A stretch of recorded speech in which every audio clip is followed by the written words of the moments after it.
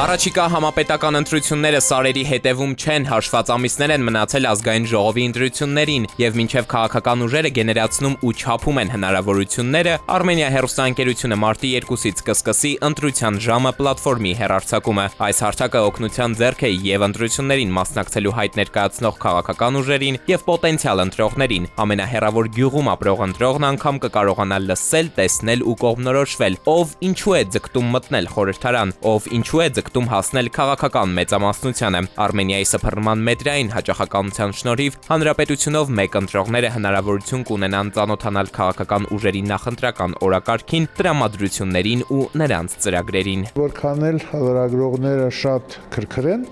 այդ քաղաքական գործիչներին հիմնականում անդիմադիր դաշտից, այդքան նրանք ստիպված կլինեն մտածել եւ գտնել այն լուծումները, որոնք կարեւոր են եւ որոնց տարածումը հասարակության մեջ կդարձնի մեր ընտրությունները մրցակցային։ Եվ մրցակցային ոչ միայն այն առումով, թե ով ինչքան ձայն կհավաքի, այլ ինչ գաղափարներ են գրավիչ դառնալու հասարակության համար։ Եվ այդ առումով եւ բանավեճերը եւ առավել եւս հարցազրույցները լրատվամիջոցներում առաջին հերթին հեռուստաալիքներով, որոնք ամենամեծ լսարանը ունեն,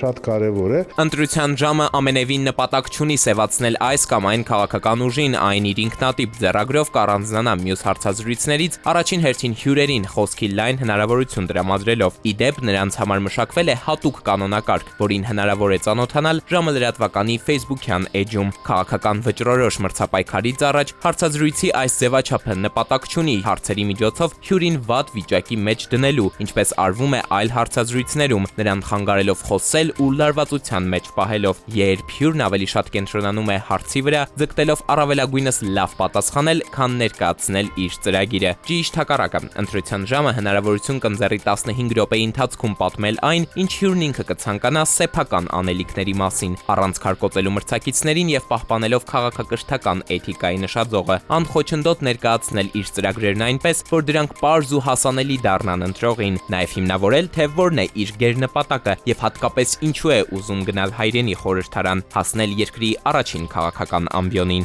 Ինչու է կարևոր այս ձեր նախաձեռնությունը, որովհետև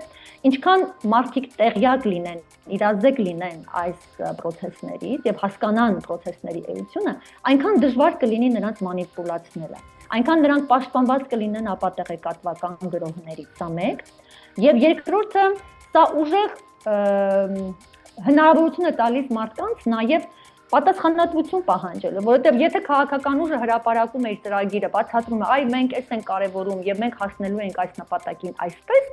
հետագայում մարդը կարողանում է պահանջել նաեւ, այ դուք այսպիսի բան եք հայտարարել եւ սա չեք արել։ Այ այս պատասխանատվության կապը, հաշվետվողականության կապը շատ կարևոր է։ Եվ այսպես մարտի 2-ից հունիսի 5-ը, երկուշաբթիից ուրբաթ ժամը լրատվական ծրագրից հետո կմեկնարկի ընտրության ժամը։ Մինչև նախընտրական քարոզարշավի ավարտը քաղաքական ուժերը հնարավորություն կունենան ընտրողների լայն լսարանի դատին հանձնել իրենց նպատակները, խոստումներն ու ապագա անելիքները։ Այս հարթակը առաջին հերթին հնարավորություն կտա ընտրողին կշռադատել, ծանրութեթև անել եւ երկրի խորհրդարանական կառավարման լծակը տալ միայն արժանավորին։